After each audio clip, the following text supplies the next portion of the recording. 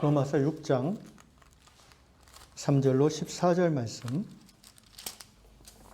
제가 한 절, 여러분이 한 절 교독하시겠습니다.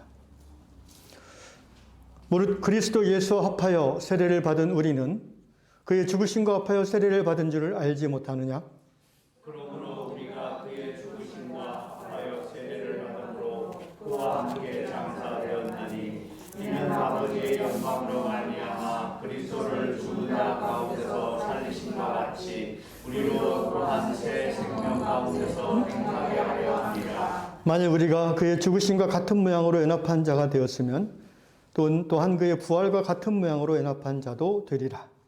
우리가 알거니와 우리의 옛사람이 예수와 함께 십자가에 못 박힌 것은 죄의 몸이 죽어 다시는 우리가 죄에게 종노를 하지 아니하려 함이니 이는 죽은 자가 죄에서 벗어나 의롭다 하심을 얻었음이라. 만일 우리가 그리스도와 함께 죽었으면 또한 그와 함께 살 줄을 믿노니 이는 그리스도께서 죽은 자 가운데서 살아나셨음에 다시 죽지 아니하시고 사망이 다시 그를 주장하지 못할 줄을 알미로라. 그가 죽으심은 죄에 대하여 단번에 죽으심이요 그가 살아계심은 하나님께 대하여 살아계심이니 이와 같이 너희도 너희 자신을 죄에 대하여는 죽은 자요 그리스도 예수 안에서 하나님께 대하여는 살아있는 자로 여길지어다. 그러므로 너희는 죄가 너희 죽을 몸을 지배하지 못하게 하여 몸의 사욕에 순종하지 말고 또한 너희 지체를 불의의 무기로 죄에게 내주지 말고 오직 너희 자신을 죽은 자 가운데서 다시 살아난 자 같이 하나님께 드리며 너희 지체를 의의 무기로 하나님께 드리라. 이는 너희가 법 아래 있지 아니하고 은혜 아래에 있음이라. 아멘. 우리 옆에 계신 분에게 이렇게 서로 인사하면 좋겠습니다. 예수님 부활하셨습니다 하면은 다른 분은 아멘, 정말 부활하셨습니다. 자, 시작. 예수님 부활하셨습니다. 아멘. 정말 부활하셨습니다. 아멘. 예수께서 십자가상에서 다 이루었다. 테텔레스타이 선포하심으로 하나님 나라 복음은 완성되었고 마귀의 권세는 깨어졌으며 하나님의 나라는 침노하는 자들을 통해 이 세상 속에서 확장되기 시작했습니다.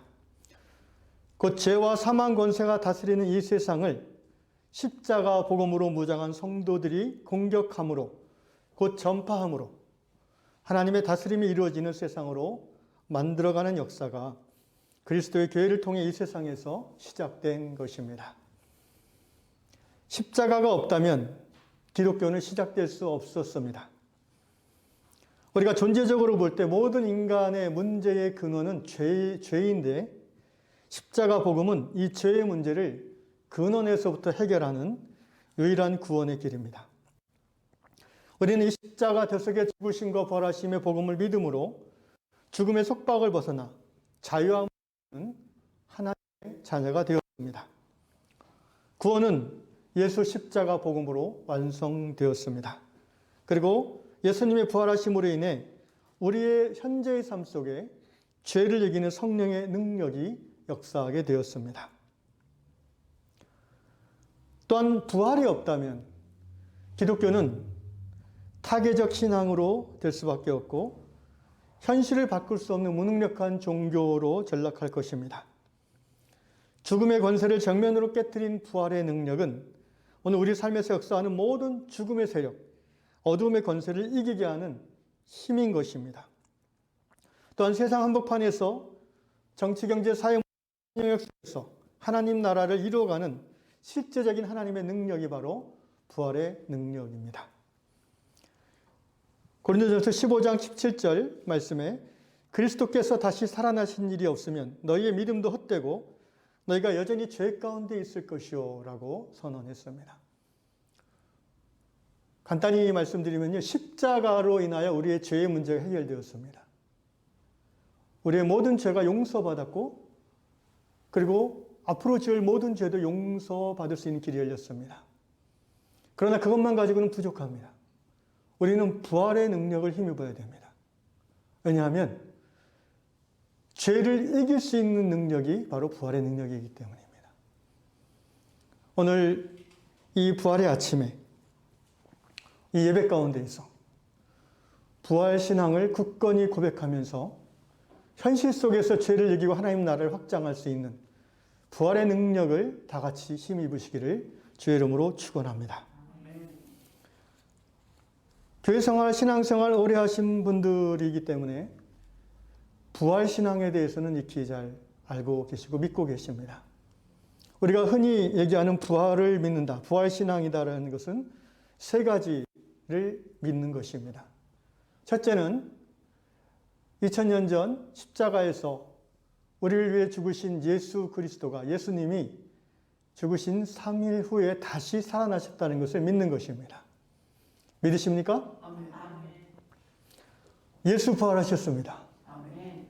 그것을 믿는 것이 부활의 신앙입니다. 두 번째, 부활의 신앙을 믿는다는, 부활의 신앙을 고백한다는 것은 예수님이 부활하셨던 것처럼, 그리고 지금 부활하신 그 부활의 몸으로 하나님 보좌 우편에 살아계시는 것처럼 우리도 먼 미래에 예수님과 같이 부활할 것을 믿는 것입니다. 이 썩을 몸이 더 이상 썩지 않을 몸으로 변화되는 것, 이 치욕스러운 몸이, 약한 몸이 강한 몸, 영광스러운 몸으로 변화되는 것을, 이 죽을 몸이 영원히 죽지 아니하는 생명의 능력으로 충만한 몸으로 마침내 변화될 것을 믿는 것이 부활신앙입니다. 여러분, 먼 훗날 우리가 부활의 몸으로 다 함께 하나님을 예배하는 그 자리에 있기를 주의 이름으로 축원합니다. 부활신앙은 과거에 2000년 전 예수가 부활했음을 믿는 것이며, 앞으로 언젠가 주님 다시 재림하실 때에 예수 안에 있는 우리들이 예수님과 같은 부활의 몸으로, 아름다운 몸으로 변화될 것을 믿는 것입니다.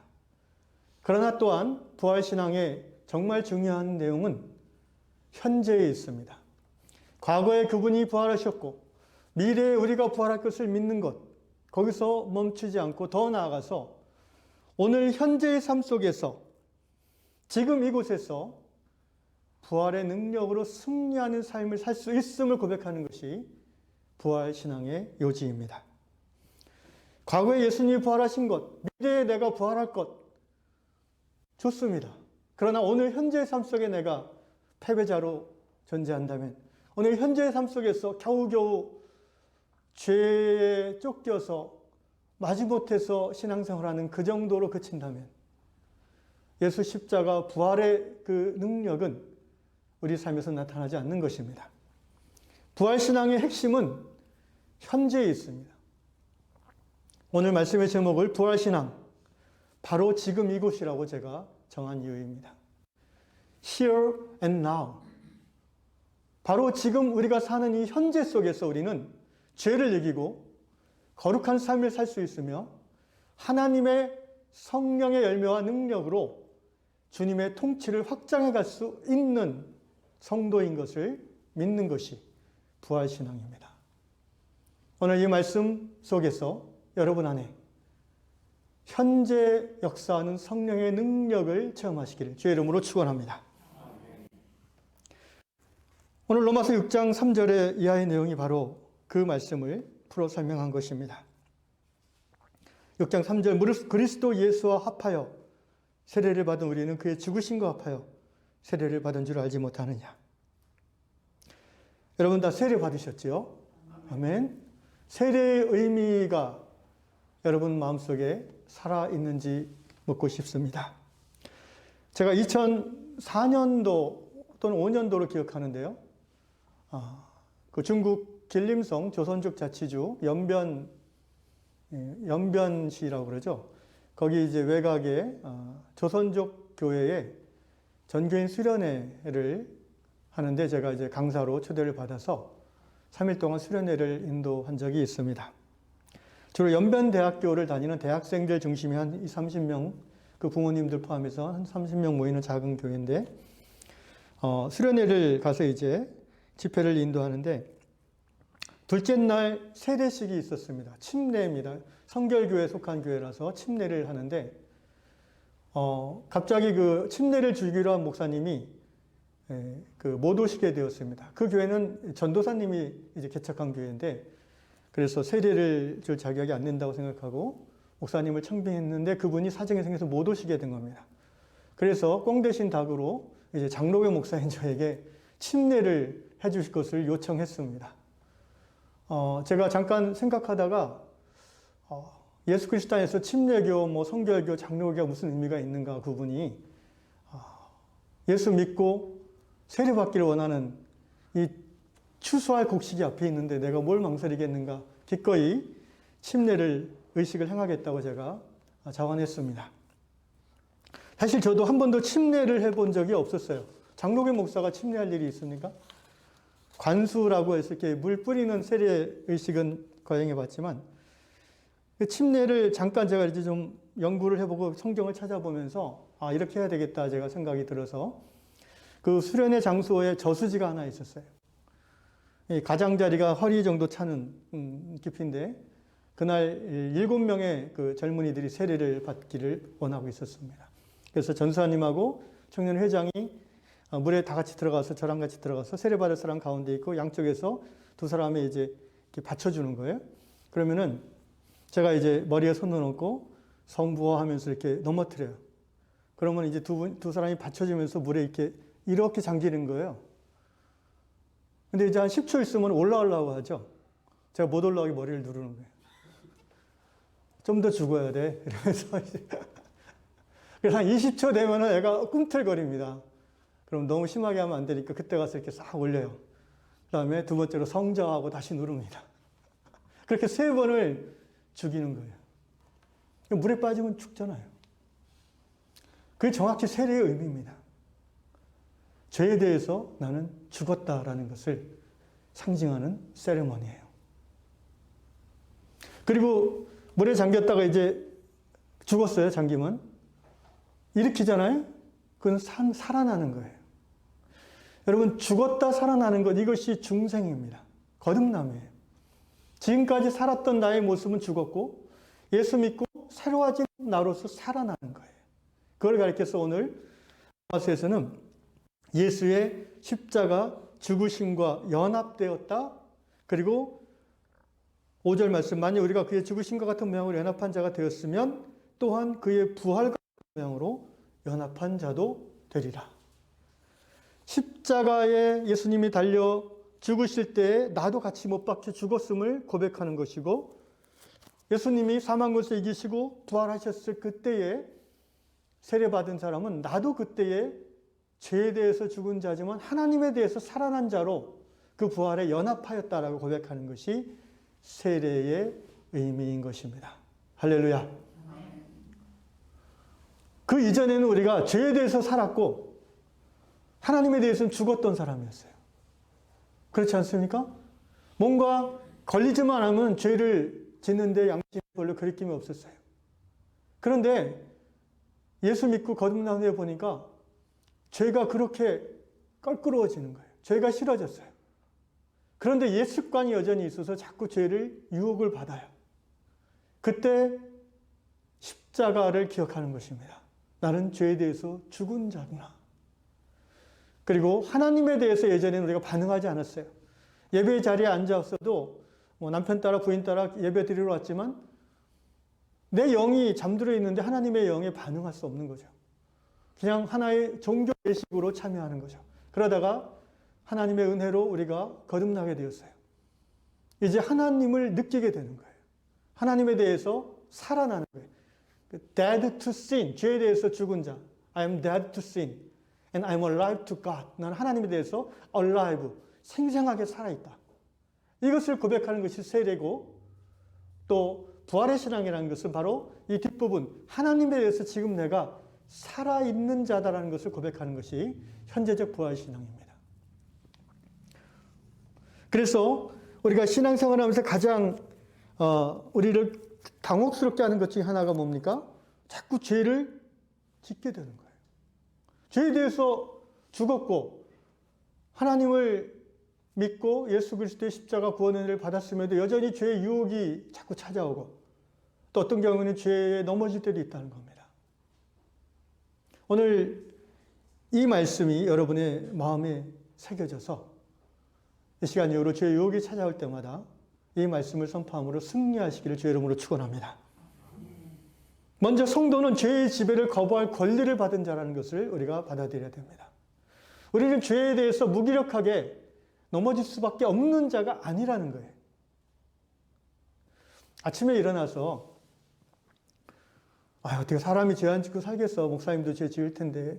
이렇게 생각하고 하루를 시작하는 성도와 나는 죄에 대해서 죽은 사람입니다, 주님. 라고 고백하고 시작하는 성도와 그 삶이 같지는 않을 것입니다.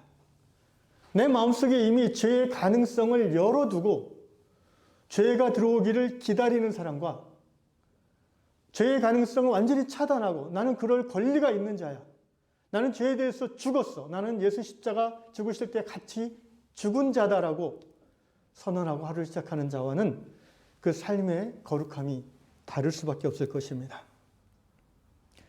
그러므로 죄의 지배를, 죄의 유혹을 거부함으로 우리의 마음과 우리의 손과 발과 우리의 입술이 죄의 병기로, 불의의 병기로 사용되어지지 않을 수 있는 자가 바로 성도입니다. 로마서 6장 13절 또한 너희 지체를 불의의 무기로 죄에게 내주지 말고 죄에게 우리의 마음, 입술, 손과 발을 내주면 그것이 하나님의 의가 아닌 불의를 이루는 일에 쓰여지는 자가 되는 거예요. 이렇게 여러분 아침마다 기도할 때 선포하십시오. 따라합시다. 나는 죄에 대해서 죽은 자다. 아멘. 나는 하나님에 대해서 산 자다. 아멘. 그렇습니다. 여러분 음란과 호색과 술 취함과 방탕의 유혹이 몰려올 때 그 습관이 다시 느껴질 때에 스스로에게 선언하십시오. 나는 죄에 대해서 죽었다. 나는 술 취함에 대해서 죽었다. 나는 음란에 대해서 죽은 자다. 여러분 시체는 죄 짓지 않아요. 그죠? 여러분 관에 제가 지난주에도 장례에 갔다 왔는데 이 관 속에 누워있는 분은 아무리 유혹을 받아도 움직이질 않습니다. 왜? 죽었으니까. 우리가 죄에 대해서는 시체예요. 데드맨, 시체라고. 따라합시다. 나는 시체다. 지금 섬뜩하십니까? 좋은 거예요, 그게.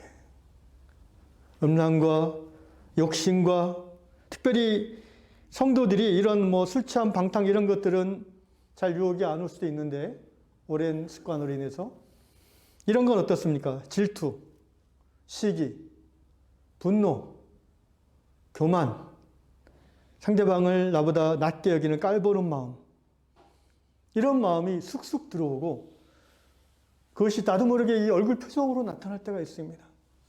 여러분 식당이나 이런 음식점 가서 서빙하는 분들을 향하는 우리의 태도를 돌아보십시오. 교회 장로님, 목사님을 대할 때의 말투하고 그분들 대할 때의 말투가 여러분 같나요? 물론 같을 수도 있지만 때로 나도 모르게 말투가 이렇게 얕보는 말투로 나올 수도 있고 그런 표정이 나올 수도 있어요. 여러분 아침에 하루를 시작할 때 나는 그런 교만에 대해서 죽은 자임을 선포하시길 바랍니다.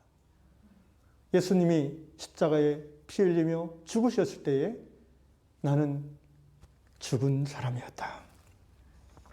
게으름, 인색한 마음, 잘난 척하는 마음, 이런 마음이 느껴질 때마다 속으로 속삭이세요. 나는 죽었다. 죄를 이기는 신앙이 부활의 신앙입니다. 언제까지나 우리가 똑같은 죄를 반복해서 지으면서 하나님 앞에 낭망하며 울며 주저앉아 있겠습니까? 물론 하나님은 긍휼이 풍성하신 하나님이어서 우리가 하나님 앞에 상한 마음으로 나아갈 때마다 우리를 용서하시죠. 십자가의 대속의 죽으심은 완벽하기 때문에 우리가 어떤 죄를 지어도 하나님은 용서하시고 또 용서하십니다. 그러나 우리 스스로가 행복하지 않습니다. 그렇지 않습니까? 하나님이 어떠신 거 이전에 내가 신앙인으로서 행복하지 않은 거예요. 왜? 자꾸 똑같은 것에 넘어지니까. 스스로 짜증이 나지 않습니까? 우리의 생각을 처음부터 바꿔야 됩니다. 나는 죄를 이길 수 있는 성도다. 그것이 바로 죄와 사망 근세를 깨뜨리시고 부활하신 생명의 능력이요 성령의 능력을 받은 사람의 고백인 것입니다.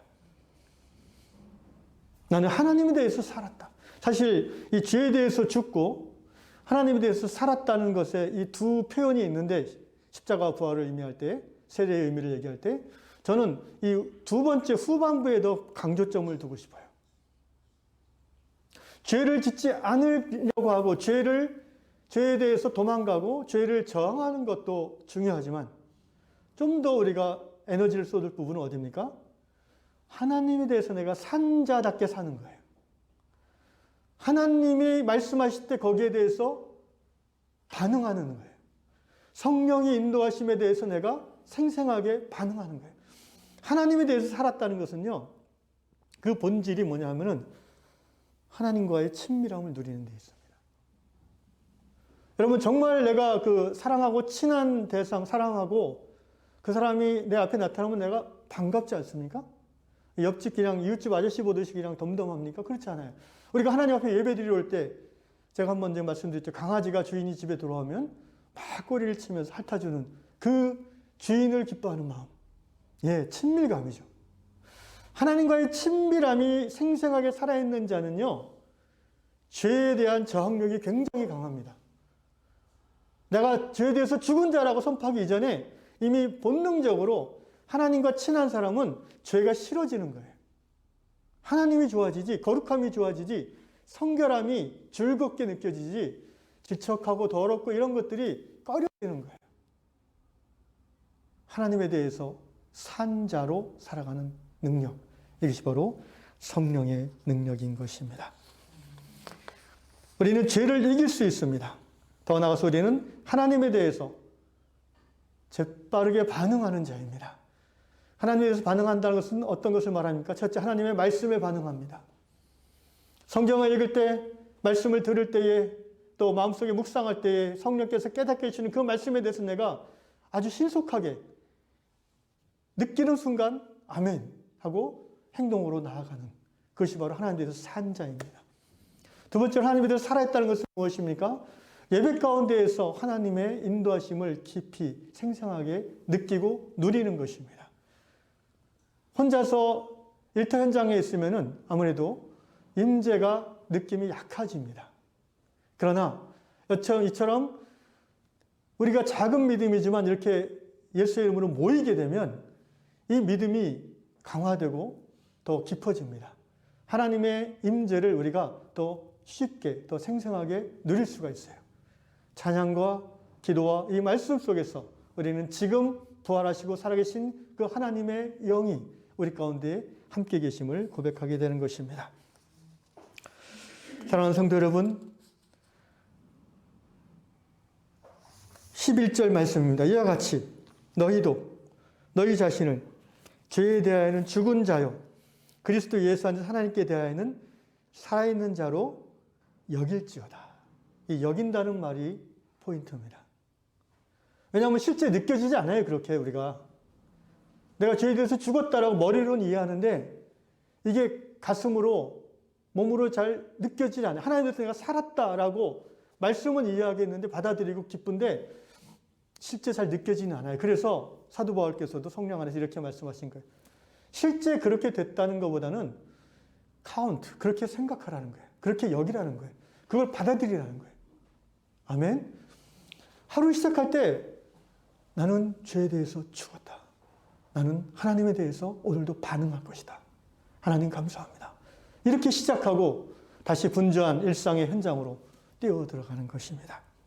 그리고 일상을 살아가면서 순간순간 뭔가 이 영의 알람이 따르르 켜질 때가 있죠. 유혹이 느껴질 때가 있죠. 동시에 내 입에서 주님 나는 죄에 대해서 죽었습니다. 이렇게 고백되어질 수 있는 사람은 죄에 대해서 넘어지지 않을 것입니다. 성령께서 하나님의 말씀이나 임재를 떠올리게 하실 때 순간적으로 하나님을 바라보고 모니터를 바라보고 있다가 바로 하나님을 바라보고 눈을 감고 하나님의 음성을 듣고자 하는 자, 산 자입니다. 살아있는 성도입니다. 그렇게 여길지어다라고 그렇게 여겨야 된다는 거예요. 아까도 말씀드린 것처럼 에이 뭐 다 죄 짓는 거지. 여러분 그게 아니라니까요. 그러면은 구별되는 부활의 능력의 삶이 나타나지 않아요. 법적으로 우리는 하나님의 거룩한 자녀로 이미 옮겨진 자인 것을 기억하면서 우리의 모든 죄를 예수님 십자가에 달려 대신 갚으셨고 또한 죄와 사망 권세를 이미 부활하심으로 깨뜨렸다는 이 부활의 진리를 가슴에 새기면서 이 한 주간 죄에 대해서 죽고 하나님에 대해서 신속하게 반응함으로 행복한 성도의 삶을 사실 수 있기를 주의 이름으로 축원합니다.